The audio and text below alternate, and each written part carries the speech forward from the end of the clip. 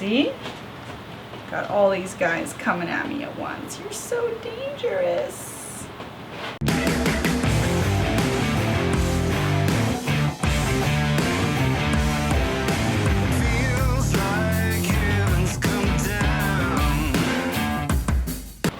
Deadly Tarantula Girl coming to you from Mondoggie with Chris Curtis, and I have the most precious thing in the whole world to show you.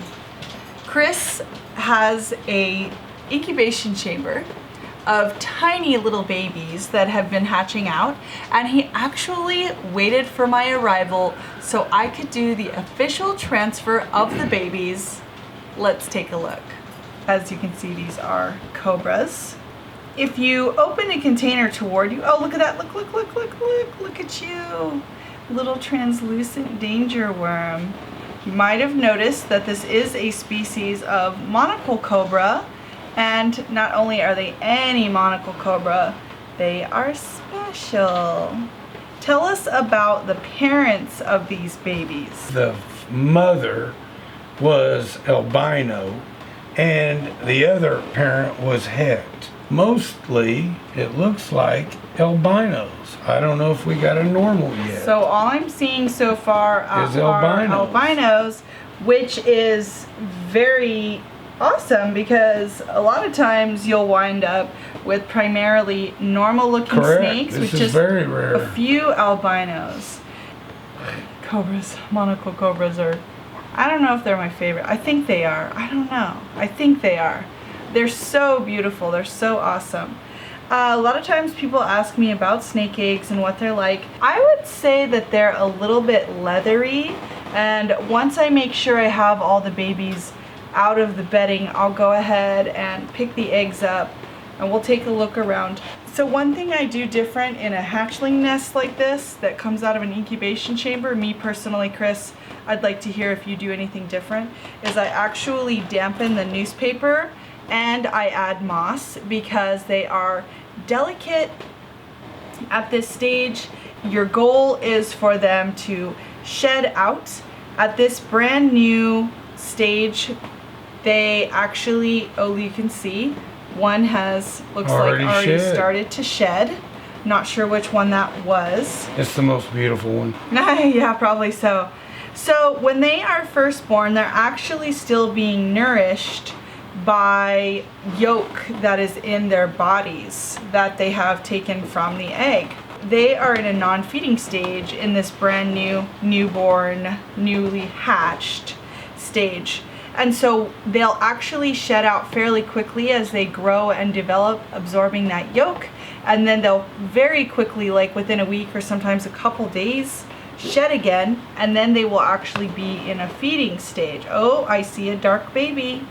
Oh, and here's someone excellent. Trying to get back into the nest. He's looking for mom. Yeah. What are you, oh, are you hiding? Are you hiding? Look at you. We do have one. Wow, that is a beautiful jet black baby. So if you don't know monocled cobras, normally they're kind of a speckly, oh look at that, there's another one. Kind of a speckly charcoal gray, and this one is just jet black. Obviously you always need to use care, and if you're wondering what that is perlite, which is what most people, oh look, are you gonna hood? What most people incubate their eggs on. Perlite and moss. That is what I use as well. Now anytime you're gonna tail a snake like this, you wanna make sure that you are controlling the upper half of the body so it does not have the reach to reach around and bite my hand. And they are faster than heck, so of course they can slither away unless you can predict what the animal, oh look, it's hooding. And this albino is actually translucent. You can see the heart, the kidneys, and digestive system. So that is, oh, you can also see the vasculatory system. Check that out. Translucent. So there you have a glass cobra. Not sure how many we've found so far. I'm of course not reaching into the moss unless I can see. There's another little piece of, it's probably that same one. I doubt more than one of them has started to shed out. I'm not reaching for the moss until I'm sure that there are no babies left in there. And, well, now they're all covered up. I guess I should have waited. And there is always a possibility that someone is left in the egg. So you have to be really careful not to pick these up until you know that nobody's left in there. And you can see that these were actually slit open. These were assisted, which I also like to do because sometimes an animal will be too weak or disoriented to pip, which is where they use their little egg tooth to slit open the egg and come out and take their first breaths of air. And so we had discussed this before, so I know Chris likes to slit his eggs, as I also like to do. And so here we have a nest of 6 little baby, oh look, this one's hooding just a little bit.